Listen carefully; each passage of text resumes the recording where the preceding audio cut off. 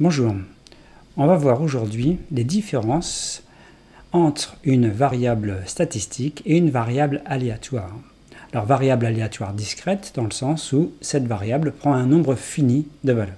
Alors ici vous voyez, vous avez un tableau qui en fait donne les valeurs prises par une variable statistique et les fréquences correspondantes. Alors imaginons ici qu'il s'agit de notes à une épreuve de mathématiques au bac en France, les notes allant de 0 à 20, donc ce sont des notes entières, donc il y a 21 valeurs ici, et on regarde donc ici les effectifs de chaque note. Alors ce ne sont pas les effectifs ici qui sont utilisés, ce sont les fréquences. Alors une fréquence, comment on calcule une fréquence? On prend l'effectif de la valeur divisé par l'effectif total. Donc ça, c'est quelque chose de tout à fait classique pour une variable statistique. Alors maintenant, si on passe aux variables aléatoires. Donc, la différence ici, c'est que pour une variable aléatoire, les xi de x1 à xn sont les valeurs possibles prises par grand X. C'est ce qu'on appelle en fait l'univers. Voilà ce qui peut se produire. Grand X peut prendre la valeur x1, grand X peut prendre la valeur x2, etc. Et ce qu'on y met ici sont des probabilités. Probabilité que grand X prenne cette valeur-là. Donc P1, c'est une probabilité. Et vous avez une variable ici aléatoire. Alors, on peut passer de ce tableau à celui-ci de façon artificielle, en quelque sorte. Donc ici, je vous rappelle, vous avez donc des copies de mathématiques au bac. Vous en avez un grand nombre. Et par exemple, x1, c'est la valeur 0. Bien. Et f1, donc c'est la fréquence de 0, c'est-à-dire le nombre de copies ayant 0 divisé par le nombre total de copies. Alors comment on obtient une variable aléatoire? Eh bien, il suffit de dire, ben voilà, je choisis au hasard une copie. Parmi toutes les copies, j'en prends une au hasard. Donc ça, c'est bien une expérience aléatoire. Je ne sais pas quelle copie à l'avance vais-je tirer. Donc je prends une copie au hasard, et la variable aléatoire, c'est simplement la note de cette copie. Donc grand X peut prendre la valeur 0, etc., jusqu'à 20. Et quelle va être la probabilité, par exemple, que grand X prenne la valeur 0? Eh bien, la probabilité sera simplement la fréquence. Alors, à condition que la loi de probabilité mise sur l'univers, donc l'univers c'est l'ensemble des copies, ça soit la loi uniforme, la loi équirépartie. Alors, en général, quand on dit on prend au hasard une copie, ça sous-entend que la loi ici, c'est la loi uniforme sur l'univers. Donc ici, en fait, dans cette expérience aléatoire purement artificielle, de pensée, eh bien, les P1, c'est F1. Les PI sont exactement les fréquences, c'est la même chose. Bien, alors quand on a compris ça, on va voir donc les différentes notions, moyenne, variance, écart type.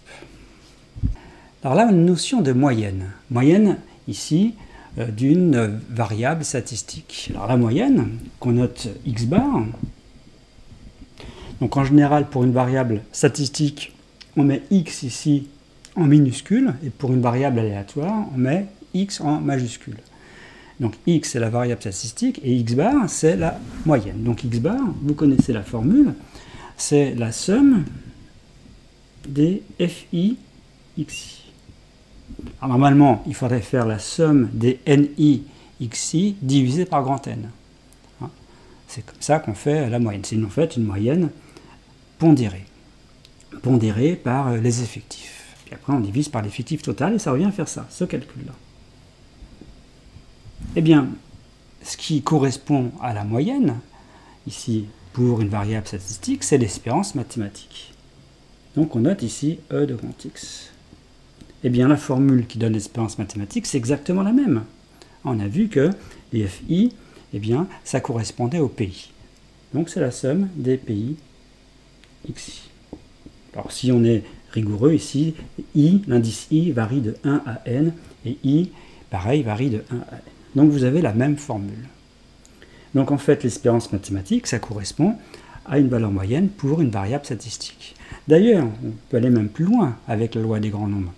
Si, dans cette expérience aléatoire, où vous avez donc cette loi de probabilité de grand X, si on répète de très nombreuses fois cette expérience aléatoire, et on regarde la valeur moyenne, hein, la moyenne observée, eh bien, la loi des grands nombres dit que la moyenne observée, quand on fait un grand nombre de répétitions de cette expérience aléatoire, eh bien, se rapproche de cette espérance mathématique. C'est une sorte de moyenne empirique, théorique. Bon, d'ailleurs, on dit parfois la valeur moyenne à la place d'espérance mathématique. Donc, vous voyez, ce sont exactement les mêmes formules. Alors, quant à la variance à l'écart type, ça va être exactement la même chose. Alors, la variance, vous voyez, c'est cette somme-là. Donc, en fait, ça correspond en fait à une moyenne. La moyenne de quelle variable statistique? Eh bien, la variable statistique, c'est pas x, c'est x moins x bar au carré. Donc, ici, la première valeur de cette variable statistique, c'est x1 moins x bar au carré. Après, c'est x2 moins x bar au carré. Donc, en fait, ici, il suffirait de mettre x1 moins x bar au carré, etc. xn moins x bar au carré. Et vous en faites la moyenne. Et c'est la même chose avec la variable aléatoire. C'est la somme des pi facteurs de xi moins e de x au carré. Donc on fait ça au carré, on multiplie par phi et on fait la somme. Ça, c'est ce qu'on appelle la variance. Alors vous voyez, hein, ça mesure en fait en quelque sorte les écarts entre les valeurs de la variable statistique ou de la variable aléatoire, donc les écarts au carré avec la moyenne ou l'espérance mathématique. Bon, plus les écarts en fait sont importants entre les valeurs de xi et la valeur moyenne, plus la variance est grande. C'est un critère de dispersion. Alors il y a une autre formule qui donne la variance.